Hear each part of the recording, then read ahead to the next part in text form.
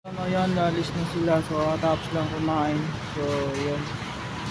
So yun mga teacher Carlos Albert High School. So dito kumakain sa aming store. So yun, yun lang. Updated sa ating vlogging video.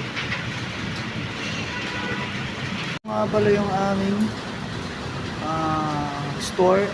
So dito pala ang Norbark. So dito nga pala may parking dito. At dito may kumakain. Yeah. So yung big bike natin. So allocated lang para to sa JR Anita. So open lang to sa open hours Monday to Sunday 10 AM to 1 AM ng umaga. Idol kong LA. So nakagawa pa tayo ng isang minuto o 2 minutong tatlong cut na cutting video. So yun, nakakuha tayo ng Carlos Arbit na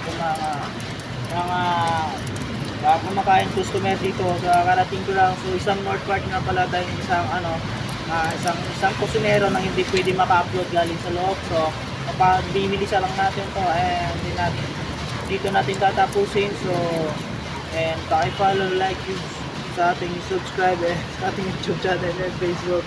So nandito na lang and bye bye.